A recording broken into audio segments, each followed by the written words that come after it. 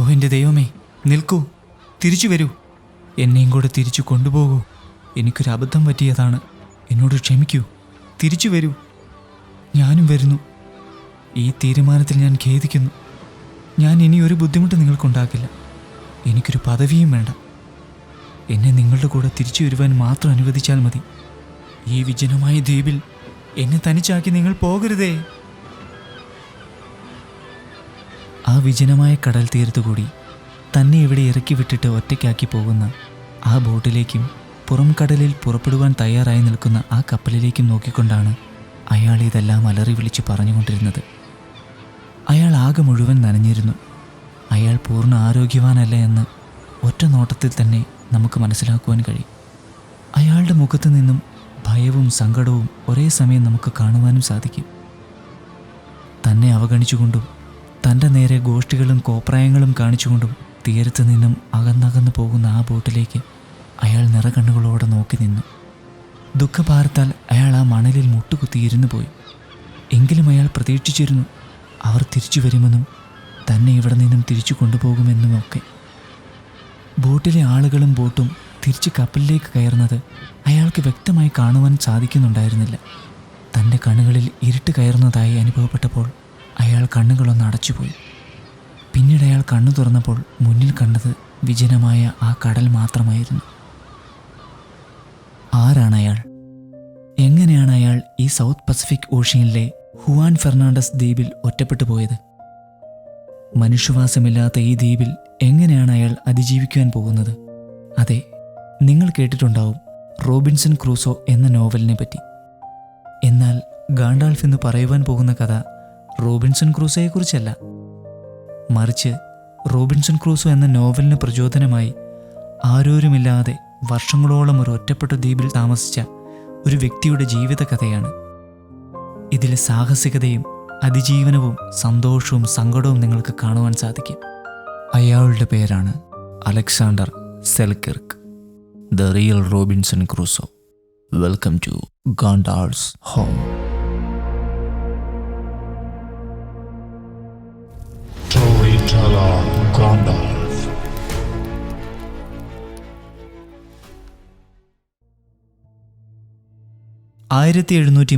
September മാസം അയർലൻഡിൻ്റെ കിൻസേൽ എന്ന തുറമുഖത്തു നിന്നും 2 കപ്പലുകൾ ഒരു ലോക പര്യടനത്തിന് പുറപ്പെടുവാൻ തയ്യാറെടുക്കുകയാണ്. അക്കാലത്ത് പ്രശസ്തനായിരുന്ന വില്യം ഡാംബിയർ എന്ന ഒരു നാവികനായിരുന്നു ഈ കപ്പലുകളുടെ ക്യാപ്റ്റൻ. ഈ ഡാംബിയറിനെക്കുറിച്ച് പറയുകയാണെങ്കിൽ അദ്ദേഹത്തെ നമുക്കൊരു എക്സ്പ്ലോറർ, നാവിഗേറ്റർ, പൈറേറ്റ്, പ്രൈവറ്റിയർ എന്നൊക്കെ വിളിക്കുവാനാകും. കാരണം ഒരു നാവികനു വേണ്ട ഒട്ടുമിക്ക കഴിവുകളും തികഞ്ഞ ഒരു മനുഷ്യനായിരുന്നു ഈ വില്യം ഡാംബിയർ. തന്നെയുമല്ല, ഈ ഡാംബിയറാണ് 3 തവണ ലോകം ചുറ്റിയ ആദ്യത്തെ വ്യക്തിയും. ഞാൻ ഇതിനിടയ്ക്ക് പറഞ്ഞ 2 വാക്കുകൾ നിങ്ങൾ ശ്രദ്ധിച്ചിരുന്നോ? Pyrite and പ്രൈവറ്റിയർ. ആദ്യത്തെ അറിയാമല്ലോ. എന്നാൽ എന്താണ് പ്രൈവറ്റിയർ? ഒന്ന് ചുരുക്കി പറയാം. ചില നിശ്ചിതമായ നിയമങ്ങൾ പാലിച്ചുകൊണ്ടും ശത്രു രാജ്യങ്ങളെയും അവരുടെ കപ്പലുകളെയും കൊള്ളയടിക്കുന്നതിനും അതുവഴി രാജ്യത്തിന് സാമ്പത്തിക ലാഭം ഉണ്ടാക്കുന്നതിനും വേണ്ടി ഒരു പ്രൈവറ്റ് വ്യക്തിക്ക് നൽകുന്ന ഒരു കോൺട്രാക്റ്റ് ബോണ്ടാണിത്. ഇത് കൈവശമുള്ള വ്യക്തിയെയാണ് പ്രൈവറ്റിയർ എന്ന് വിളിക്കുന്നത്. അതെ, വില്യം ഡാംബിയറിൻ്റെ ക്യാപ്റ്റൻസിയിൽ പുറപ്പെടുവാനായി നിൽക്കുന്ന ഈ 2 കപ്പലുകളുടെയും ലക്ഷ്യം ശത്രു രാജ്യങ്ങളെ കൊള്ളയടിക്കുക എന്നത് തന്നെയാണ്. പോകുന്ന വഴിയിൽ കാണുന്ന സ്പാനിഷ് കപ്പലുകളും ഒറ്റപ്പെട്ടു നിൽക്കുന്ന തുറമുഖ നഗരങ്ങളും അവർ കൊള്ളയടിക്കും. അതുവഴി ധനികരാകുക, സ്വന്തം രാജ്യത്ത് നല്ല സൽപ്പേരുണ്ടാക്കുക എന്നതാണ് ഈ കൂട്ടരുടെയും ലക്ഷ്യം. ഡാംബിയർ സഞ്ചരിച്ചിരുന്ന കപ്പലിൻ്റെ പേര് സെന്റ് ജോർജ് എന്നായിരുന്നു. അദ്ദേഹം തന്നെയായിരുന്നു അതിൻ്റെ ക്യാപ്റ്റനും. കൂട്ടത്തിൽ അദ്ദേഹത്തിൻ്റെ സുഹൃത്തായ എഡ്വേർഡ് മോർഗൻ എന്ന വ്യക്തി. ഈ 2 കപ്പലിൻ്റെയും ക്യാപ്റ്റൻസി ഡാംബിയറിന് തന്നെയാണെങ്കിലും രണ്ടാമത്തെ കപ്പലായ സിംഗ് പോർട്സിനും ഒരു ക്യാപ്റ്റനെ അവർ നിയമിച്ചിരുന്നു. ചാൾസ് പിക്കറിംഗ് എന്നായിരുന്നു അദ്ദേഹത്തിൻ്റെ പേര്. ഇതേ കപ്പലിൽ തന്നെയായിരുന്നു നമ്മുടെ കഥാനായകനായ അലക്സാണ്ടർ സെൽകിർക്കും ഉണ്ടായിരുന്നത്. അദ്ദേഹം സിംഗ് പോർട്സിൻ്റെ ഷിപ്പ് മാസ്റ്റർ ആയിരുന്നു. ഇനി നമ്മുടെ നായകനിലേക്ക് വരികയാണെങ്കിൽ ഈ മനുഷ്യനെ നായകൻ എന്ന് വിളിക്കണോ എന്ന് ഞാൻ ആദ്യം തന്നെ ഒന്ന് സംശയിച്ചിരുന്നു. അതെന്തുകൊണ്ടാണെന്ന് നിങ്ങൾക്ക് വഴിയെ മനസ്സിലാകും. എന്നാൽ പൊതുവെ ഇപ്പോൾ സൽഗുണസമ്പന്നന്മാരായ നായകന്മാർ കുറവാണല്ലോ. അതുകൊണ്ട് സാരമില്ല. പിന്നെ മുന്നോട്ടുള്ള മാറ്റങ്ങളും മുൻനിർത്തി സെൽകിർക്കിനെ നമ്മൾ നായകൻ എന്നു തന്നെ വിളിക്കാം. 1676 സ്കോട്ട്ലാൻഡിൽ ഒരു സാധാരണ കുടുംബത്തിലാണ് സെൽകിർക്കിൻ്റെ ജനനം. ചെറുപ്പത്തിൽ തന്നെ ഇയാൾ പ്രശ്നക്കാരനായിരുന്നു. പോരാത്തതിന് മദ്യപാനിയും. ഒരിക്കൽ ദേവാലയത്തിൽ വെച്ച് അപമര്യാദ കാണിച്ചു എന്ന കുറ്റത്തിന് സെൽക്രിക്കിനോട് ചർച്ച് അതോറിറ്റി ദേവാലയത്തിൽ ഹാജരാകുവാൻ പറയുകയുണ്ടായി. എന്നാൽ തന്നിഷ്ടക്കാരനായ സെൽക്രിക്ക് അത് അവഗണിക്കുകയും പോരാത്തതിന് അയാൾ കടലിലേക്ക് ഒളിച്ചോടുകയും ചെയ്തു. തൻ്റെ 19ാമത്തെ വയസ്സിൽ അവിടെ നിന്നും ഒളിച്ചോടിപ്പോയ അയാൾ പിന്നീട് വർഷങ്ങൾക്ക് ശേഷം തിരിച്ചു വന്നപ്പോൾ തികഞ്ഞൊരു നാവികനായി മാറിക്കഴിഞ്ഞിരുന്നു. സെൽക്രിക്ക് തിരിച്ചു വന്ന അതേ സമയത്താണ് വില്യം ഡാംബിയർ തൻ്റെ പര്യവേഷണത്തിന് വേണ്ടി തയ്യാറെടുക്കുന്നത്. ഇതറിഞ്ഞ് സെൽക്രിക്ക് ഡാംബിയറിൻ്റെ സംഘത്തിൽ ചേരുക തന്നെ ചെയ്തു. സെൽക്രിക്കിന് നേരത്തെ തന്നെ അറിയാമായിരുന്നു ഈ ഡാംബിയർ അത്ര നല്ല മനുഷ്യനൊന്നുമല്ല എന്ന്. അതുകൊണ്ട് തന്നെ അദ്ദേഹത്തിന് നമ്മുടെ 2ാമത്തെ കപ്പലായ സിംഗ് പോർട്സിൽ ഷിപ്പ് മാസ്റ്റർ ആവുന്നതിൽ യാതൊരു മടിയും ഉണ്ടായിരുന്നതുമില്ല. തൻ്റെ കഴിവുകളിൽ ഉറച്ചു വിശ്വസിച്ചിരുന്ന ഒരു വ്യക്തി തന്നെയായിരുന്നു അലക്സാണ്ടർ സെൽക്രിക്ക്. തൻ്റെ നിഗമനങ്ങളും തീരുമാനങ്ങളും ശരിയാണെന്ന് പ്രസ്താവിക്കുന്നതിന് ഏതു വഴിയും സ്വീകരിക്കുവാൻ തയ്യാറാകുമായിരുന്നു അദ്ദേഹം. അങ്ങനെ 1703 സെപ്റ്റംബർ മാസത്തിൽ തന്നെ സെൻറ്റ് ജോർജും സിംഗ് പോർട്സും പര്യടനം ആരംഭിച്ചു. 2 കപ്പലുകളിലും അതിൻ്റെ കപ്പാസിറ്റിയിൽ കൂടുതൽ തന്നെ ആളുകളെ വില്യം ഡാംബിയർ നിയമിച്ചിരുന്നു. കടൽ യാത്രയാണ്, കൊള്ളയാണ് ലക്ഷ്യം. യുദ്ധങ്ങളും രോഗങ്ങളും കടൽക്ഷോഭങ്ങളും നേരിടേണ്ടി വരും. ഇതെല്ലാം ധാരാളം ആളപായങ്ങൾ ഉണ്ടാകുവാൻ കാരണമാകുന്ന പ്രശ്നങ്ങൾ തന്നെയാണ്. ഈ വസ്തുത കപ്പലുകളിലെ സകലർക്കും അറിയുകയും ചെയ്യാം. എങ്കിലും ലഭിക്കുവാൻ പോകുന്ന അളവറ്റ ധനം തന്നെയാണ് ഇവരെ ഇതിന് നിർബന്ധിതരാക്കുന്നത്. കൂടാതെ ഡാംബിയർ എന്ന വ്യക്തി നൽകിയ മോഹന വാഗ്ദാനങ്ങൾ ഈ നാവികരുടെ സ്വപ്നങ്ങൾക്ക് കൂടുതൽ നിറങ്ങളും നൽകി. അതിനുവേണ്ടി അവർ ആ കപ്പലുകളിൽ നന്നായി തന്നെ അധ്വാനിക്കുകയും ചെയ്തു. എന്നാൽ മാസങ്ങൾ കഴിഞ്ഞിട്ടും ഇവർ പോയ വഴിക്കൊന്നും കാര്യമായ സമ്പാദ്യങ്ങൾ ഒന്നും ലഭിച്ചില്ല. ഇത് നാവികരുടെ ഇടയിൽ അസംതൃപ്തി ഉണ്ടാക്കുകയും എല്ലാ കപ്പലുകളിലും സംഭവിക്കുന്നത് പോലെ തന്നെ ക്യാപ്റ്റനെതിരായി സംസാരങ്ങൾ ഉയർന്നു വരികയും ചെയ്തു. എന്നാൽ ക്യാപ്റ്റനായ ഡാംബിയർ മിക്ക സമയങ്ങളിലും കപ്പലിൽ മദ്യലഹരിയിൽ പ്രശ്നങ്ങൾ ഉണ്ടാക്കിക്കൊണ്ടേയിരുന്നു. മറ്റു ഓഫീസേഴ്സിനോട് വളരെ മോശമായിട്ടാണ് ഡാംബിയർ പെരുമാറിയിരുന്നത്. പോരാത്തതിന് ചെറിയ തെറ്റുകൾക്ക് പോലും മറ്റുള്ളവരെ ഡാംബിയർ ശിക്ഷിച്ചിരുന്നത് വളരെ കഠിനമായ രീതിയിലാണ്. ഈ ഡാംബിയർ മാത്രമായിരുന്നില്ല കപ്പലുകളിലെ വില്ലൻ. അക്കാലത്ത് കപ്പലുകളിൽ പൊതുവെ ഉണ്ടാകുന്ന ഒരുതരം രോഗമായിരുന്ന ശീതപിത്തം കാരണവും നാവികർ വല്ലാതെ ബുദ്ധിമുട്ടിയിരുന്നു. സിംഗ് പോർട്സിലെ ക്യാപ്റ്റനായ ചാൾസ് പിക്കറിങ്ങിനും ഈ രോഗം പിടിപെടുകയുണ്ടായി. ചാൾസ് പിക്കറിങ് വളരെ നല്ലൊരു മനുഷ്യനായിരുന്നു. എല്ലാവർക്കും അദ്ദേഹത്തെ കാര്യവുമായിരുന്നു. രോഗം ബാധിച്ച് കിടപ്പിലായപ്പോൾ ചാൾസ് പിക്കറിങ് തൻ്റെ ജോലികൾ ഏൽപ്പിച്ചത് ഫസ്റ്റ് ഓഫീസറായ തോമസ് സ്ട്രാഡ്ലിങ്ങിനെയുമാണ്. ഇത് നമ്മുടെ നായകനായ സെൽക്രിക്കിന് അത്ര പിടിച്ചിരുന്നില്ല. സ്ട്രാഡ്ലിങ്ങിൻ്റെ ക്യാപ്റ്റൻ പരിവേഷം സെൽക്രിക്കിന് മാത്രമായിരുന്നില്ല തലവേദനയായത്, മറിച്ച് നാവികർക്കും കൂടിയായിരുന്നു. പോരാത്തതിന് സ്ട്രാഡ്ലിങ് അത്ര നല്ല മനുഷ്യനുമായിരുന്നില്ല. അങ്ങനെ കപ്പലുകളിൽ ശുദ്ധജലം നിറയ്ക്കുന്നതിനും വിറകുകളും മറ്റ് അവശ്യ വസ്തുക്കളും നിറയ്ക്കുന്നതിനും വേണ്ടി ലാ ഗ്രാൻഡ എന്നൊരു ദ്വീപിൽ കപ്പലുകൾ നഗൂരമിടുകയുണ്ടായി. എന്നാൽ അതേ സമയത്തു തന്നെയാണ് രോഗം മൂർച്ഛിച്ച് സിംഗ് പോർട്സിൻ്റെ ക്യാപ്റ്റൻ ചാൾസ് പിക്കറിങ് അവിടെ വെച്ച് മരിക്കുന്നത്. അവർ അദ്ദേഹത്തെ അവിടെ തന്നെ സംസ്കരിക്കുകയും ചെയ്തു. ഇതേ തുടർന്ന് തോമസ് സ്റ്റാഡ്ലിങ് സിംഗ് പോർട്സിൻ്റെ ക്യാപ്റ്റനുമായി. ലാ ഗ്രാൻഡയിൽ നിന്നും പോന്നതിന് ശേഷം കുറേ ദിവസങ്ങൾ നീണ്ടുനിന്ന ഒരു കടൽക്ഷോഭത്തിന് ഈ 2 കപ്പലുകളും ഇരയാവുകയും കൂറ്റൻ തിരമാലകളും മാരകമായ കൊടുങ്കാറ്റും കാരണം സെൻറ്റ് ജോർജും സിംഗ് പോർട്സും 2 വഴിക്കാവുകയും ചെയ്തു. എന്നാൽ റൂട്ട് മാപ്പ് അനുസരിച്ച് 2 കപ്പലുകളുടെയും അടുത്ത ലക്ഷ്യസ്ഥാനം ഹുവാൻ ഫെർണാണ്ടസ് ആയിരുന്നു. ഇവിടെ ആദ്യം എത്തിയത് സിംഗ് പോർട്സ് ആണ്. എന്നാൽ തുറമുഖത്ത് നഗൂരമിട്ടതിന് പുറകെ കപ്പലിലെ നാവികർ എല്ലാവരും ക്യാപ്റ്റനുമായി പിണങ്ങി ദ്വീപിലേക്ക് പോവുകയും പൂർണ്ണ പരാജയമായ ഈ യാത്രയിലേക്കും മുങ്ങാറായ ഈ കപ്പലിലേക്കും ഞങ്ങൾ ഇനിയില്ല എന്ന് പ്രഖ്യാപിക്കുകയും ചെയ്തു. നമ്മുടെ സെൽക്രിക്കും നാവികരുടെ കൂടെ കൂടി സ്റ്റാഡ്ലിനെ കുറ്റം പറയുകയാണ് ചെയ്തത്. ക്യാപ്റ്റൻ ഡാംബിയർ വന്നപ്പോൾ സിംഗ് പോർട്സിൽ ഉണ്ടായിരുന്നത് സ്ട്രാഡ്ലിൻ മാത്രമാണ്. എന്തൊക്കെയായാലും ഡാംബിയർ തൻ്റെ വാക്ചാതുര്യം ഉപയോഗിച്ച് നാവികരെ വീണ്ടും തിരികെ തൻ്റെ കപ്പലിലെത്തിച്ചു. ശേഷം അവർ അവിടെ നിന്ന് പോവുകയും ഇടയ്ക്ക് വെച്ച് 1-2 കപ്പലുകൾ പിടികൂടിയെങ്കിലും അതിലൊന്നും തന്നെ നമുക്ക് ആവശ്യമായതില്ല എന്ന് പറഞ്ഞ് ഈ ഡാംബിയർ തന്നെ അവരെ വെറുതെ വിടുകയും ചെയ്തു. രോഗങ്ങൾ, കടൽക്ഷോഭങ്ങൾ, യുദ്ധങ്ങൾ എല്ലാം കൊണ്ടും നാവികർ വളരെ ബുദ്ധിമുട്ടി. ഈ സമയത്താണ് താങ്കൾ മുമ്പ് പിടിച്ചിരുന്ന കപ്പലുകളിലെ ക്യാപ്റ്റന്മാർ ഡാംബിയർക്ക് കൈക്കൂലി നൽകിയിരുന്നു എന്ന വാർത്ത എല്ലാവരും അറിയുന്നത്. ഇതൊരു നാവിക കലാപത്തിന് കാരണമാവുകയും അവസാനം ഇനി മുന്നോട്ടുള്ള യാത്ര 2ആയിട്ട് മതി എന്ന് തീരുമാനിക്കുകയും ചെയ്തു. നാവികർക്ക് തീരുമാനിക്കാം ഏത് കപ്പലിലാണ് പോകേണ്ടതെന്ന്. എന്തായാലും നമ്മുടെ നായകൻ സെൽക്രിക്ക് സിംഗ് പോർട്സിൽ തന്നെ തുടരുകയുമുണ്ടായി. എന്നാൽ 2 കഴിഞ്ഞിട്ടും അവസ്ഥയ്ക്ക് മാറ്റമൊന്നും ഉണ്ടായില്ല. സിംഗ് പോർട്സിന് ഇതിനോടകം തന്നെ ഗുരുതരമായ തകരാറുകളുണ്ടായിരുന്നു. സെൽക്രിക് ഇതിനെക്കുറിച്ച് പലതവണ സ്റ്റാഡ്ലിനോട് പറഞ്ഞിട്ടും അദ്ദേഹം ഇതൊന്നും ചെവിക്കൊണ്ടില്ല. ഷിപ്പ് മാസ്റ്റർ ആയ തൻ്റെ വാക്കുകളോട് സ്റ്റാഡ്ലിൻ ഒരു ബഹുമാനവും കാണിക്കാത്തത് സെൽക്രിക്കിന് ഒട്ടും അംഗീകരിക്കാൻ സാധിച്ചില്ല. ഇനി യാത്രയിൽ താൻ തുടരുന്നില്ലെന്നും താൻ ഹുവാൻ ഫെർണാണ്ടസ് ദ്വീപിൽ ഇറങ്ങുകയാണെന്നും സെൽക്രിക് പ്രഖ്യാപിക്കുകയുണ്ടായി. ഇതറിഞ്ഞ സ്റ്റാഡ്ലിൻ വിചാരിച്ചത് അവൻ പോവുകയാണെങ്കിൽ പോകട്ടെ എന്നുമാണ്. അങ്ങനെ ഒരു ദിവസം സിംഗ് പോർട്സ് ഹുവാൻ ഫെർണാണ്ടസ് ദ്വീപിൻ്റെ തീരത്തെത്തി. സെൽക്രിക് കപ്പലിൻ്റെ ദുരവസ്ഥ അവരെ ഒന്നുകൂടി ഓർമ്മിപ്പിച്ചെങ്കിലും ആരും സെൽക്രിക്കിന് പിന്തുണ നൽകിയില്ല. അവസാനം കപ്പലിലെ എല്ലാവർക്കും കൈകൊടുത്തതിനു ശേഷം മംഗളങ്ങൾ നേർന്നുകൊണ്ട് യാത്ര പറയുകയും ഒരു ബോട്ടിൽ ദ്വീപിലേക്ക് പോവുകയും ചെയ്തു. ബോട്ടിൽ നിന്നും ഇറങ്ങിയ അയാൾ തീരമൊട്ടാകെയൊന്ന് നോക്കി. തീർത്തും ശാന്തം. ദ്വീപിൽ നിറയെ മരങ്ങളും ദൂരെയായി ചെറിയ ചെറിയ കുന്നുകളും ചെരിവോടുകൂടിയ പാറക്കെട്ടുകളും. തനിക്ക് തെറ്റുപറ്റിയോ? ഈ ദ്വീപിൽ താൻ ഒറ്റപ്പെട്ടു പോകുമോ? ഇനി എത്ര നാൾ കഴിഞ്ഞാലാണ് ഒരു മനുഷ്യനെ കാണുവാനാവുക? ഇനി കണ്ടില്ലെങ്കിലോ? തന്നെ ആര് രക്ഷിക്കും? പെട്ടെന്നാണ് താൻ കാണിച്ച അബദ്ധത്തിൻ്റെ ആഴം അയാൾക്ക് മനസ്സിലായത്. അയാൾ വെട്ടിത്തിരിഞ്ഞ് ബോട്ടിലേക്ക് നോക്കി. അകന്നു പോകുന്ന ബോട്ടിന് നേരെ മറ്റൊന്നും ആലോചിക്കാതെ അയാൾ ചാടി നീന്തുവാൻ തുടങ്ങി. നീന്തി വന്ന് ബോട്ടിൽ കയറാൻ ശ്രമിച്ച സെൽക്രിക്കിനെ അതിലെ നാവികർ തിരിച്ചു കടലിലേക്ക് തന്നെ തള്ളിയിടുകയാണ് ചെയ്തത്. ഗത്യന്തരമില്ലാതെ സെൽക്രിക്ക് തിരിച്ചു നീന്തി കരയിലെത്തി.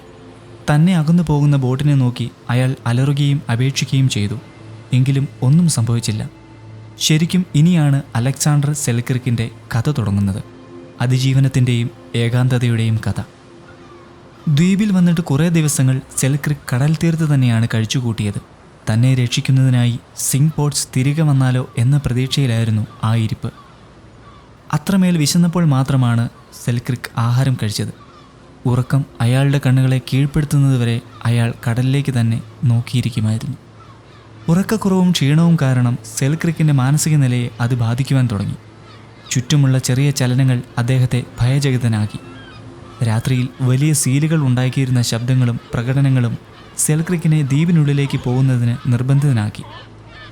22 കിലോമീറ്റർ നീളവും 13 കിലോമീറ്റർ വീതിയുമുള്ള ഒരു ദ്വീപായിരുന്നു ഹുവാൻ ഫെർണാണ്ടസ്. അടുത്തുള്ള ചെറിയ 2 ദ്വീപുകൾ ഒഴിച്ചാൽ 600 കിലോമീറ്റർ ദൂരത്തേക്ക് മറ്റൊരു കരയില്ല. സെൽക്രിക് ദ്വീപിലേക്ക് കൊണ്ടുവന്ന പെട്ടിയിൽ ഒരു കോടാലിയും കെറ്റിലും പാത്രവും തോക്കും ഒരു ബൈബിളുമാണ് ഉണ്ടായിരുന്നത്. അദ്ദേഹം ദ്വീപിനുള്ളിലെ ഒരു കുന്നിൻ മുകളിൽ 2 കുടിലുകൾ നിർമ്മിച്ചു. മരത്തടികളും വള്ളിപ്പടർപ്പുകളും ഉപയോഗിച്ച് തന്നെയായിരുന്നു നിർമ്മാണം. ഒരെണ്ണം ഭക്ഷണം പാകം ചെയ്യുന്നതിനും മറ്റൊന്ന് ഉറങ്ങുന്നതിനും.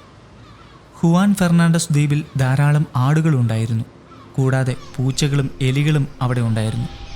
സംശയിക്കേണ്ട, തീരത്ത് വരുന്ന കപ്പലുകളിൽ നിന്നും ചാടി ഈ ദ്വീപിൽ വന്ന് പെറ്റുപെരുകിയവയാണിതെല്ലാം. സെൽക്രിക് ഭക്ഷണത്തിനായി ആടുകളെ തൻ്റെ തോക്ക് ഉപയോഗിച്ച് വേട്ടയാടുവാൻ തുടങ്ങി. ആടിൻ്റെ തോൽ അദ്ദേഹം കുടിലിൻ്റെ മേൽക്കൂരയ്ക്കും പുതയ്ക്കുന്നതിനും വേണ്ടി ഉപയോഗിക്കുകയും ചെയ്തു. പതുക്കെ പതുക്കെ അയാൾ സാധാരണ രീതിയിലേക്ക് വരികയും എങ്ങനെയും അതിജീവിക്കാമെന്ന ചിന്തയിൽ ജീവിക്കാനും തുടങ്ങുകയായിരുന്നു. ദിവസങ്ങളും ആഴ്ചകളും പൊയ്ക്കൊണ്ടേയിരുന്നു. കുടിലിൽ എലികളുടെ ശല്യം രൂക്ഷമായപ്പോഴാണ് സെൽക്രിക് പൂച്ചകളെ ഇണക്കി വളർത്തുവാൻ തുടങ്ങിയത്. ഇത് അദ്ദേഹത്തിൻ്റെ എലി പ്രശ്നത്തിനും ഒറ്റപ്പെടലിനും പരിഹാരമായി. തൻ്റെ തോക്കുപയോഗിച്ച് സെൽക്രിക് ആടുകളെ വേട്ടയാടുകയും അതുപോലെ തന്നെ തീയുണ്ടാക്കുകയും ചെയ്തു. എങ്കിലും ദിവസത്തിലെ 3 നേരങ്ങളിലും അദ്ദേഹം തീരത്തിനടുത്തുള്ള ഒരു പാറക്കെട്ടിൽ വന്നിരുന്ന് കടൽ നിരീക്ഷിക്കുമായിരുന്നു. തന്നെ രക്ഷിക്കുവാൻ ആരെങ്കിലും വന്നിട്ടുണ്ടോ എന്നറിയുവാൻ വേണ്ടിയായിരുന്നു അത്. പകൽ സമയങ്ങളിൽ സെൽക്രിക് ദ്വീപുകളിലൂടെ സഞ്ചരിക്കുകയും ഭക്ഷണയോഗ്യമായ പലതും കണ്ടെത്തുകയും ചെയ്തിരുന്നു. പലതരത്തിലുള്ള കിഴങ്ങുവർഗ്ഗങ്ങൾ, പഴങ്ങൾ, ക്യാബേജ് എന്നിവയെല്ലാം സെൽക്രിക് ഭക്ഷണത്തിനായി ഉപയോഗിക്കുകയും ചെയ്തു. ബ്രെഡിന് പകരം സെൽക്രിക് ഉപയോഗിച്ചത് ക്യാബേജിൻ്റെ ഇലകളായിരുന്നു. അത് മീനിൻ്റെയും ആടിൻ്റെ മാംസത്തിൻ്റെയും കൂടെ അദ്ദേഹം ഭക്ഷിച്ചു. ചെറിയ ചെറിയ കാര്യങ്ങളിൽ പോലും സെൽക്രിക് സന്തോഷം കണ്ടെത്തുവാൻ പഠിച്ചു. തൻ്റെ പഴയ ജീവിതത്തെക്കാൾ സമാധാനപരമായതാണ് ഇതെന്ന് അയാൾക്ക് പലപ്പോഴും തോന്നിയിരുന്നു. പൂച്ചകളുമൊത്ത് സെൽക്രിക് നൃത്തം വരെ രാത്രിയിൽ ചെയ്തിരുന്നു. ഇതെല്ലാം അദ്ദേഹം നന്നായി ആസ്വദിച്ചിരുന്നു. എന്നാൽ തോക്കിൻ്റെ ഉപയോഗം വൈകാതെ തന്നെ നിലച്ചു. അതോടുകൂടിയാണ് സെൽക്രിക് ആടുകളെ ഓടിച്ചിട്ട് പിടിക്കുവാൻ തുടങ്ങിയത്. തൻ്റെ ഷൂസ് ഉപയോഗശൂന്യമായപ്പോൾ അദ്ദേഹം ആ കല്ലുകളിലൂടെയും പാറകളിലൂടെയും നഗ്നപാതനായാണ് നടന്നതും വേട്ടയാടിയതും. വൈകാതെ അദ്ദേഹത്തിൻ്റെ പാദങ്ങൾ ആ രീതിയിലേക്ക് മാറുകയുണ്ടായി. ശാരീരികമായും മാനസികമായും അദ്ദേഹം മാറിക്കഴിഞ്ഞിരുന്നു. കടൽക്കരയിൽ നിന്നും സീലുകളെ വേട്ടയാടിയാണ് സെൽക്രിക് തൻ്റെ ആദ്യ ഭയം അങ്ങ് മാറ്റിയത്. ഒരു ദിവസം സെൽക്രിക് ഉറച്ച കാലടികളുമായി തൻ്റെ കൈക്കോടാലിയുമായി കടൽക്കരയിലേക്ക് പോയി. തന്നെ കാട്ടിലേക്ക് പേടിപ്പിച്ചോടിച്ച സീലുകളെ വേട്ടയാടുന്നതിനായിരുന്നു അത്. ആട്ടിറച്ചിയും മീനും കഴിച്ച് അദ്ദേഹത്തിന് മടുത്തിരുന്നു. സീലുകൾ ആക്രമണകാരികളാണ്. നേരെ ചെന്നാൽ അവയുടെ വായ കൊണ്ട് ആക്രമിക്കും, പുറകിലൂടെ ചെന്നാൽ അവയുടെ വാലുകൊണ്ടും. ഇത് നേരത്തെ തന്നെ അറിയാമായിരുന്ന സെൽക്കിർക്ക് അതിലൊന്നിൻ്റെ അടുത്തേക്ക് ഒരു വശത്തുകൂടി പതുക്കെ നടന്നു ചെന്നു. അടുത്തെത്തിയതും തൻ്റെ കൈക്കോടാലി കൊണ്ട് അതിനെ ആഞ്ഞുവെട്ടി. കാതടപ്പിക്കുന്ന ഒരുതരം ശബ്ദം അത് പുറപ്പെടുവിച്ചപ്പോൾ തന്നെ അപകടം മനസ്സിലായ മറ്റു സീലുകൾ അവിടെ നിന്നും കടലിലേക്ക് പാഞ്ഞു. എന്നാൽ വെട്ടുകിട്ടിയ സീൽ മാത്രം അവിടെ കിടന്നു. സെൽക്രിക്കിൻ്റെ സന്തോഷത്തിന് അതിരുകളില്ലായിരുന്നു. അയാൾ വേഗം തന്നെ അതിനെ മുറിച്ച് മാംസവുമായി തൻ്റെ കുടിലിലേക്ക് പോയി. അന്ന് സെൽക്രിക്ക് തൻ്റെ കുടിലിൽ വളരെ ഉത്സാഹത്തോടെയായിരുന്നു ഉണ്ടായിരുന്നത്. അന്ന് അയാൾ തൻ്റെ പൂച്ചകളുടെ കൂടെ നൃത്തം ചെയ്യുകയും ചെയ്തു. സീലിൻ്റെ ഇറച്ചി ഭക്ഷണത്തിനായും അവയിൽ നിന്ന് വരുന്ന എണ്ണ രാത്രിയിൽ വെളിച്ചത്തിനായും ഉപയോഗിക്കുവാൻ സാധിക്കുമായിരുന്നു. ഇതിനിടയ്ക്ക് സെൽക്രിക്കിന് ഒരു അപകടം സംഭവിക്കുകയുണ്ടായി. സെൽക്രിക്ക് ഒരു ആടിനെ വേട്ടയാടുന്നതിനിടയിൽ ഒരു ചെരിഞ്ഞ കുന്നിൽ നിന്നും താഴേക്ക് വീഴുകയായിരുന്നു. മണിക്കൂറുകൾ കഴിഞ്ഞിട്ടാണ് അദ്ദേഹത്തിന് ബോധം തിരികെ വന്നത്. നല്ല രീതിയിൽ പരിക്കുകൾ പറ്റിയെങ്കിലും താൻ ഓടിച്ചിരുന്ന ആടിൻ്റെ മുകളിലേക്ക് തന്നെ വീണതുകൊണ്ടാണ് അദ്ദേഹം മരിക്കാതെയിരുന്നത്. 24 മണിക്കൂറോളം സെൽക്രിക്ക് അവിടെ തന്നെ കിടക്കുകയുണ്ടായി. തൻ്റെ കുടിയിൽ നിന്നും ഏകദേശം 1 മൈലോളം ദൂരെ വച്ചായിരുന്നു അപകടമുണ്ടായത്. എങ്കിലും സെൽക്രിക്ക് അത്രയും ദൂരം ഇഴഞ്ഞ് കുടിലിൽ ചെല്ലുകയും 10 ദിവസത്തോളം കിടപ്പു തന്നെയുമായിരുന്നു. വെള്ളവും കൈവശമുണ്ടായിരുന്ന കുറച്ച് ഭക്ഷണവും മാത്രമായിരുന്നു അദ്ദേഹത്തിന് കഴിക്കുവാനുണ്ടായിരുന്നത്. അന്ന് രാത്രി ഉറങ്ങുവാനായി കിടന്നപ്പോൾ സെൽക്രിക്കിന് ഒരു ഭയപ്പെടുത്തുന്ന ചിന്തയുണ്ടായി. തനിക്കെന്തെങ്കിലും അപകടമുണ്ടാകുവാൻ ഇടയായാൽ തൻ്റെ പൂച്ചകൾക്ക് ആര് ഭക്ഷണം നൽകും? ഭക്ഷണം കിട്ടാതെയായാൽ ഇവറ്റകൾ അനങ്ങുവാൻ പോലും പറ്റാതെ കിടക്കുന്ന തന്നെ ഭക്ഷണമാക്കുമോ? ഞാൻ എൻ്റെ ഘാതകരെ തന്നെയാണോ കൂടെ വളർത്തുന്നത്? സാരമില്ല, മാസങ്ങളായി തനിച്ച് താമസിക്കുന്ന ഒരു മനുഷ്യൻ ഇത് മാത്രമല്ലേ ഓർത്തുള്ളൂ. സെൽക്രിക്ക് അതും തരണം ചെയ്തു. ആരോഗ്യം തിരിച്ചു കിട്ടിയ സെൽക്രിക്ക് ആദ്യം ചെയ്തത് ആടുകളെ വളർത്തുന്നതിന് ഒരു കൂടുണ്ടാക്കുകയാണ്. അതിൽ അദ്ദേഹം ആടുകളെ വളർത്തി, ഒരു മുൻകരുതൽ എന്നതുപോലെ. സെൽക്രിക്ക് ആ ദ്വീപിൽ വന്നിട്ടിപ്പോൾ 3 വർഷങ്ങളായിരിക്കുന്നു. തൻ്റെ പതിവുകൾക്ക് ഒരു മാറ്റവും വരുത്തുവാൻ അദ്ദേഹം തയ്യാറായിരുന്നില്ല. തൻ്റെ പതിവ് നിരീക്ഷണത്തിനായി കടൽ തീരത്തേക്ക് പോയപ്പോഴാണ് സെൽക്രിക്ക് ആ കാഴ്ച കാണുന്നത്. ഒരു ബോട്ട് തീരത്തേക്ക് വരുന്നു. സെൽക്രിക്കിന് തൻ്റെ കണ്ണുകളെ വിശ്വസിക്കാനായില്ല. അയാൾ കടലിൽ നഗൂരമിട്ടിരിക്കുന്ന ആ കപ്പലിലേക്കും തീരത്തേക്ക് വരുന്ന ബോട്ടിലേക്കും മാറി മാറി നോക്കി. അതെ, തൻ്റെ രക്ഷകർ എത്തിയിരിക്കുന്നു. തൻ്റെ ഏകാന്ത ജീവിതം അവസാനിച്ചിരിക്കുന്നു. സെൽക്രിക്ക് ആഹ്ലാദത്തോടെ തീരത്തേക്ക് ഓടിച്ചെന്നു. ബോട്ടിൽ നിന്നും ഇറങ്ങിയ നാവികർക്ക് നേരെ അയാൾ തൻ്റെ കരങ്ങൾ വീശിക്കൊണ്ട് അവരുടെ നേരെ ഓടിയെടുത്തു. ആ വെടിശബ്ദം കേട്ട് സെൽക്രിക്ക് പകച്ചു നിന്നുപോയി. അവർ തൻ്റെ നേരെ വെടിയുതിർത്തിരിക്കുന്നു. എന്താണിത്? കുറച്ചു വൈകിയാണ് അത് തൻ്റെ രക്ഷകരല്ല, തൻ്റെ ശത്രുക്കളാണെന്ന് സെൽക്രിക്കിന് മനസ്സിലായത്. അദ്ദേഹം തിരിഞ്ഞോടി. ബോട്ടിൽ വന്നത് ഇംഗ്ലീഷുകാരല്ല, മറിച്ച് സ്പാനിഷുകാരായിരുന്നു. അവർ സെൽക്രിക്കിന് നേരെ വെടിയുതിർത്തുകൊണ്ട് പുറകെയോടി. ദ്വീപ് മുഴുവൻ കാണാപ്പാടമായിരുന്ന സെൽക്രിക്ക് അവർ എത്താത്ത സ്ഥലത്ത് ഒരു മരത്തിൽ കയറി ഒളിച്ചിരുന്നു. അതുകൊണ്ട് സ്പാനിഷുകാർ അയാളെ കണ്ടില്ല. റീസപ്ലൈക്ക് വേണ്ടി വന്ന കപ്പലായിരുന്നു അത്. അവർക്കാവശ്യമായ ശുദ്ധജലവും ആട്ടിറച്ചിയും കപ്പലിലേക്ക് മാറ്റിയ ശേഷം അവർ അവിടുന്ന് പോവുകയും ചെയ്തു. ജീവൻ തിരിച്ചു കിട്ടിയ സന്തോഷത്തിലും തൻ്റെ ഭാവിയെ ഓർത്തുള്ള സങ്കടത്തിലും തൻ്റെ കുടിലിൽ തിരിച്ചെത്തിയ സെൽക്രിക്കിനെ വരവേറ്റത് ചത്തുകിടക്കുന്ന കുറച്ച് ആടുകളും കത്തിയമരുന്ന തൻ്റെ കുടിലുകളുമായിരുന്നു. അവർ അതെല്ലാം നശിപ്പിച്ചിരിക്കുന്നു. സങ്കടമുണ്ടായിരുന്നുവെങ്കിലും സെൽക്രിക്ക് 3 വർഷമായി ഒറ്റയ്ക്കവിടെ അതിജീവിച്ച വ്യക്തിയാണ്. ഇനിയും ഇതുപോലുള്ള സാഹചര്യങ്ങൾ തനിക്ക് നേരിടാനുള്ള കരുത്ത് ഈ ദ്വീപ് സെൽക്രിക്കിന് നൽകിയിട്ടുണ്ട്. അതുകൊണ്ട് തന്നെ സെൽക്രിക്ക് എല്ലാം കുറച്ച് നാളുകളുടെ പരിശ്രമത്തിലൂടെ പഴയപടിയാക്കി. സ്പാനിഷുകാരുടെ മടങ്ങലിനു ശേഷം അയാൾ ശരിക്കും ഒന്നുകൂടി ഉഷാറാവുകയാണ് ചെയ്തത്. അദ്ദേഹം തനിക്കുണ്ടായിരുന്ന സാധനങ്ങൾ വെച്ച് കൂടുതൽ ഉപയോഗപ്രദമായ വസ്തുക്കൾ ഉണ്ടാക്കി. തീരത്തടിഞ്ഞ കപ്പൽ അവശിഷ്ടങ്ങൾ ഉപയോഗിച്ച് കത്തികൾ ഉണ്ടാക്കുകയും തൻ്റെ കൈവശമുണ്ടായിരുന്ന ബൈബിൾ വായിക്കുവാനും പ്രാർത്ഥിക്കുവാനും തുടങ്ങി. ആത്മീയതയ്ക്ക് പുറമെ സംസാരിക്കുവാനുള്ള തൻ്റെ കഴിവ് നഷ്ടപ്പെടാതിരിക്കുന്നതിന് വേണ്ടിയായിരുന്നു ഇത്. തീരത്തു നിന്നും ലഭിച്ച വസ്തുക്കൾ കൊണ്ട് സെൽക്രിക്ക് ഒരു സംഗീത ഉപകരണം ഉണ്ടാക്കി. അതിൽ നിന്നും വന്നത് കേൾക്കുവാൻ ഒട്ടും സുഖമില്ലാത്ത ശബ്ദമായിരുന്നുവെങ്കിലും സെൽക്രിക്കിന് അത് നന്നേ ബോധിച്ചു. മനുഷ്യനോ മനുഷ്യനിർമ്മിതമായ മറ്റു വിനോദ ഉപാധികൾ ഒന്നും തന്നെ ഇല്ലാതിരുന്ന സെൽക്രിക്കിന് അതൊരു വിലപ്പെട്ട സ്വത്ത് തന്നെയായിരുന്നു. അയാളിപ്പോൾ ആ ദ്വീപിലെത്തിയിട്ട് 4 വർഷവും 4 മാസവുമായിരിക്കുന്നു. അദ്ദേഹത്തിൻ്റെ രൂപവും ഭാവവുമെല്ലാം ഒരു കാട്ടുമനുഷ്യൻ്റെ സമമായിരിക്കുന്നു. ഏകാന്തമായ 4 വർഷങ്ങൾ. സെൽക്രിക്ക് തൻ്റെ പതിവ് പരിപാടിയായ കടൽ നിരീക്ഷണത്തിനു വേണ്ടി ഒരു പാറക്കൂട്ടത്തിലേക്ക് നടക്കുകയായിരുന്നു. കാട്ടിലൂടെ അലക്ഷ്യമായി നടന്നയാൾ ആ പാറയിലേക്ക് വലിഞ്ഞു കയറി. കടലിൽ 2 കപ്പലുകൾ. സെൽക്രിക്ക് ജാഗരൂകനായി. എന്തു ചെയ്യണം? ആരായിരിക്കും അവർ? ലക്ഷണം കണ്ടിട്ട് അവർ ഇങ്ങോട്ടേക്കാണെന്ന് തോന്നുന്നില്ല. അവരുടെ ശ്രദ്ധ തിരിക്കണ്ടേ? വേണ്ട. ഇനി സ്പാനിഷ്കാരാണെങ്കിലോ? കഴിഞ്ഞ തവണത്തെ പോലെ അവരെന്നെ കണ്ടുപിടിച്ച് കൊലപ്പെടുത്തിയാലോ? പിന്നെ ഇത്രയും നാൾ ഇവിടെ ജീവിച്ചതിൻ്റെ അർത്ഥമെന്ത്? വേണ്ട. അല്ല, ഇനിയവർ തൻ്റെ മിത്രങ്ങളാണെങ്കിലോ? തന്നെ അവർ രക്ഷിക്കുവാൻ തയ്യാറായെങ്കിലോ? തനിക്ക് വീട്ടിലെത്തുവാൻ സാധിച്ചെങ്കിലോ? തൻ്റെ മാതാപിതാക്കളെയും സഹോദരങ്ങളെയും വീണ്ടും കാണുന്നതിനുള്ള ഒരവസരമാണിതെങ്കിലോ? അങ്ങനെ പല പല ചിന്തകൾ അദ്ദേഹത്തിന് മനസ്സിലൂടെ ഓടി. സെൽക്കിർക്ക് പിന്നെ അവിടെ നിന്നില്ല. അദ്ദേഹം വേഗം പോയി കാട്ടിൽ നിന്നും ഉണങ്ങിയ മരങ്ങൾ കൊണ്ടുവന്ന് ഒരു തീഗോളമുണ്ടാക്കി. അപ്പോൾ അയാൾക്ക് വീണ്ടും സംശയമായി. ഈ ഒരു തീഗോളം മാത്രം അവർ കാണുമോ? അയാൾ പിന്നെ അവിടെ നിന്നില്ല.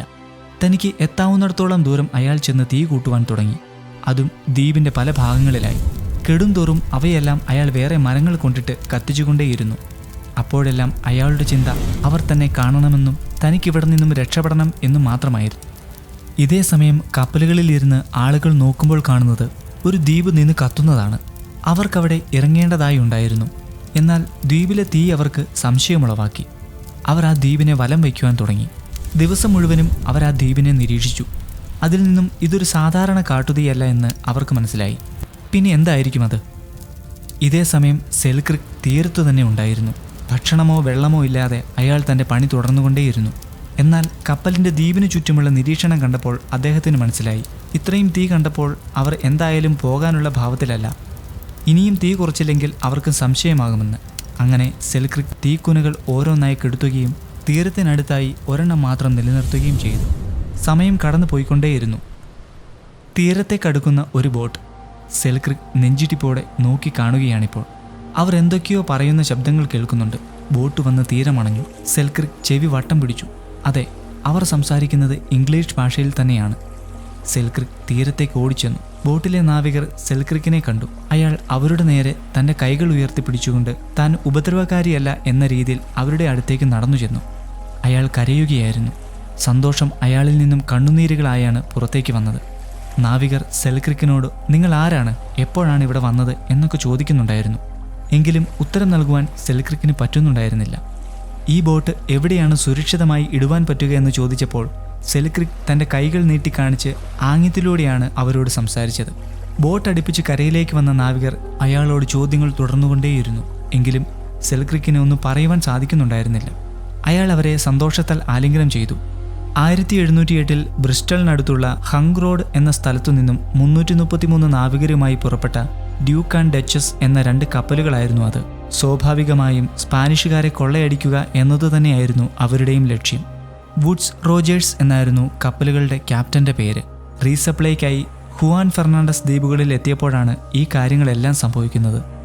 ക്യാപ്റ്റൻ്റെ കൂടെ നമ്മുടെ പഴയ ക്യാപ്റ്റനായ വില്യം ഡാംബിയറും ഉണ്ടായിരുന്നു. അതെ, ഡാംബിയറിൻ്റെ യാത്ര പരാജയമായിരുന്നു. അതിനുശേഷം നാട്ടിൽ തിരിച്ചെത്തിയ ഡാംബിയറിനെ സർക്കാർ വുഡ്സ് റോജേഴ്സിൻ്റെ പൈലറ്റ് ഓഫീസറാക്കി നിയമിക്കുകയായിരുന്നു. കാരണം സൗത്ത് സീയിൽ ഡാംബിയറിനുള്ള എക്സ്പീരിയൻസ് അത്രയ്ക്കും പ്രാധാന്യമുള്ളതായിരുന്നു. സെൻറ്റ് ജോർജിൻ്റെ അവസ്ഥ നമുക്ക് മനസ്സിലായി. എന്നാൽ രണ്ടാമത്തെ കപ്പലായ സിംഗ് പോർട്സിന് എന്താണ് സംഭവിച്ചത്? സത്യത്തിൽ സെൽക്രിക് അന്ന് പറഞ്ഞത് വളരെ സത്യമായ കാര്യമായിരുന്നു. സെൽക്രിക്കിനെ ഉപേക്ഷിച്ചിട്ട് പോയ സിംഗ് പോർട്സ് വൈകാതെ തന്നെ കടലിൽ തകരുകയാണ് ഉണ്ടായത്. ഒരുപാട് പേരുടെ ജീവൻ നഷ്ടപ്പെടുകയുണ്ടായി. ക്യാപ്റ്റൻ സ്ട്രാഡ്ലിങ്ങും കുറച്ചുപേരും ഒരു ബോട്ടിൽ കടലിലൂടെ നീങ്ങിയെങ്കിലും ശത്രുക്കളുടെ കൈകളിൽ എത്തുകയും തുറങ്കിലടയ്ക്കപ്പെടുകയും ചെയ്തു. ഒരുപക്ഷെ സെൽക്രിക്കിൻ്റെ ശാപമായിരിക്കാം അത്. സെൽക്രിക്കിനെ ആദ്യമായി ക്യാപ്റ്റൻ റോജേഴ്സ് കണ്ടപ്പോൾ ഒരു തനി കാട്ടുമനുഷ്യനായാണ് അദ്ദേഹത്തിന് തോന്നിയത്. താടിയും മുടിയും നീട്ടി വളർത്തി ആട്ടിൻതോൽ വസ്ത്രങ്ങളായി അണിഞ്ഞ ഒരു തനി കാട്ടുമനുഷ്യൻ. എന്നാൽ അയാളെ നമ്മുടെ ഡാംബിയർ തിരിച്ചറിയുകയും റോജേഴ്സിനോട് സെൽക്രിക്കിൻ്റെ കഴിവുകൾ ചർച്ച ചെയ്യുകയും ചെയ്തു. അയാളുടെ കഥകളെല്ലാം കേട്ട റോജേഴ്സ് അദ്ദേഹത്തെ കപ്പലിലേക്ക് ക്ഷണിക്കുകയും ചെയ്തു. ഏകദേശം 10 ദിവസത്തോളം അവർ അവിടെ തങ്ങുകയുണ്ടായി. രോഗികൾക്ക് വേണ്ടത്ര വിശ്രമവും കപ്പലുകളുടെ അറ്റകുറ്റപ്പണികൾ തീർക്കുകയും ആയിരുന്നു ആ ദിവസങ്ങളിൽ. സെൽക്രിക് അവർക്കെല്ലാ സഹായങ്ങളും ചെയ്തു കൊടുത്തു. അവർ അയാൾക്ക് പുതിയ വസ്ത്രങ്ങളും 2 ഷൂസും നൽകി. അദ്ദേഹം അതോടുകൂടി ഒരു തനി നാവികനായി കാണപ്പെട്ടു. ഭക്ഷണം, വെള്ളം എന്നിവയെല്ലാം ആവശ്യാനുസരണം നിറച്ചിട്ട് അവർ അവിടെ നിന്നും പോകുവാനായി ഒരുങ്ങി. സെൽക്രിക് കപ്പലിൽ നിന്നുകൊണ്ട് ദൂരേക്ക് മറയുന്ന ആ ദ്വീപിനെ നോക്കിക്കൊണ്ട് നിന്നു. 4 വർഷം 4 മാസം താൻ വസിച്ച ദ്വീപ്, തന്നെ താനാക്കിയ ദ്വീപ്, തന്നെ പരിപാലിച്ച ദ്വീപ്. ഇനി ഇങ്ങോട്ടേക്ക് ഒരു മടങ്ങിവരവുണ്ടാകുമോ? സെൽക്രിക് ആലോചനയിലാണ്ടു. അലക്സാണ്ടർ സെൽക്രിക് തൻ്റെ വീട്ടിൽ തിരിച്ചെത്തുന്നത് 1712 നീണ്ട 8 വർഷങ്ങളാണ് അയാൾ തൻ്റെ വീട്ടിൽ നിന്നും മാറി നിന്നിരുന്നത്. 4 വർഷത്തെ ഒറ്റപ്പെട്ട ജീവിതത്തിന് ശേഷം 2 വർഷത്തോളം സെൽക്രിക് ക്യാപ്റ്റൻ റോജേഴ്സിൻ്റെ കൂടെ കപ്പലിൽ സേവനമനുഷ്ഠിച്ചു. 1711 ലണ്ടനിൽ ഡ്യൂക്ക് ആൻഡ് ഡച്ചസ് നഗൂരമിട്ടപ്പോഴേക്കും സെൽക്രിക്കും മറ്റുള്ളവരും വളരെയധികം സമ്പന്നന്മാർ ആയിക്കഴിഞ്ഞിരുന്നു. എന്തായാലും ക്യാപ്റ്റൻ റോജേഴ്സിന്റെ പര്യടനം വിജയകരമായിരുന്നു. 1712 ഒരു സാബത്ത് ദിനം വൈകുന്നേരമായിരുന്നു തൻ്റെ നഗരമായ ലാർഗോയിൽ സെൽക്രിക് എത്തിയത്. നഗരത്തിലൂടെ അയാൾ തൻ്റെ വീട് ലക്ഷ്യമാക്കി നടന്നു. ചുറ്റുമുള്ളവർ സെൽക്രിക്കിനെ തന്നെയായിരുന്നു ശ്രദ്ധിച്ചിരുന്നത്. വെൽ ഡ്രസ്ഡായ ഒരു മനുഷ്യൻ. എങ്കിലും ആർക്കും അദ്ദേഹത്തെ മനസ്സിലായില്ല. തൻ്റെ വീടിനടുത്തെത്തിയ സെൽക്രിക് വിറയ്ക്കുന്ന കൈകളോടെ വാതിലിൽ മുട്ടി. എന്നാൽ ആരും വാതിൽ തുറന്നില്ല. അകത്താരുമുള്ളതിൻ്റെ ലക്ഷണങ്ങളുമില്ല. പെട്ടെന്നാണ് എല്ലാവരും പള്ളിയിൽ പോയതായിരിക്കാമെന്ന് അദ്ദേഹത്തിനൊരു ചിന്ത വന്നത്. അയാൾ പള്ളിയെ ലക്ഷ്യമാക്കി പിന്നീട് ഓടുകയാണ് ചെയ്തത്. തൻ്റെ മാതാപിതാക്കളെയും സഹോദരങ്ങളെയും കാണുന്നതിനുള്ള തിടുക്കമായിരുന്നു ആ ഓട്ടത്തിന് കാരണം. വർഷങ്ങൾക്ക് മുമ്പ് പള്ളിയിൽ താൻ ഉണ്ടാക്കിയ പ്രശ്നം സെൽക്രിക് ഓർത്തു. അതിൽ പിന്നെ ഇന്നാണ് താൻ പള്ളിയിൽ കയറുവാൻ പോകുന്നത്. എന്നാൽ ഇന്നു താൻ വ്യത്യസ്തനാണ്, പുതിയൊരു മനുഷ്യനാണ്. അതു സത്യമാണല്ലോ.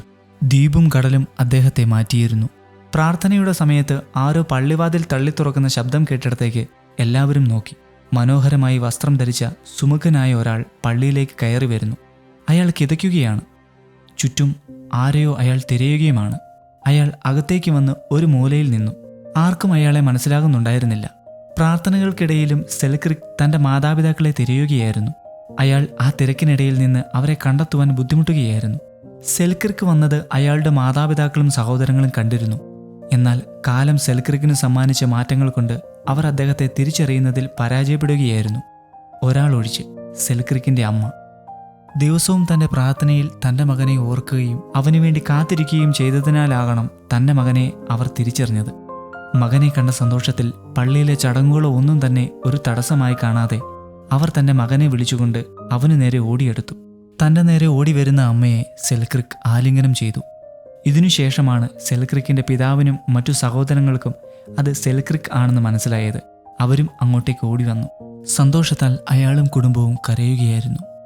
അപ്പോൾ തന്നെ സെൽക്രിക് തൻ്റെ കുടുംബത്തോടൊപ്പം തൻ്റെ വീട്ടിലേക്ക് തിരിച്ചു നടന്നു. തൻ്റെ കഥകൾ അവരോട് പറയുന്നതിനായി, തനിക്കുണ്ടായ മാറ്റങ്ങൾ അവർ കണ്ടു മനസ്സിലാക്കുന്നതിനായി. താൻ ഇനിയും കുറേ നാൾ അവരോടൊപ്പം ഉണ്ടാകണം, സെൽക്രിക് മനസ്സിലോർത്തു.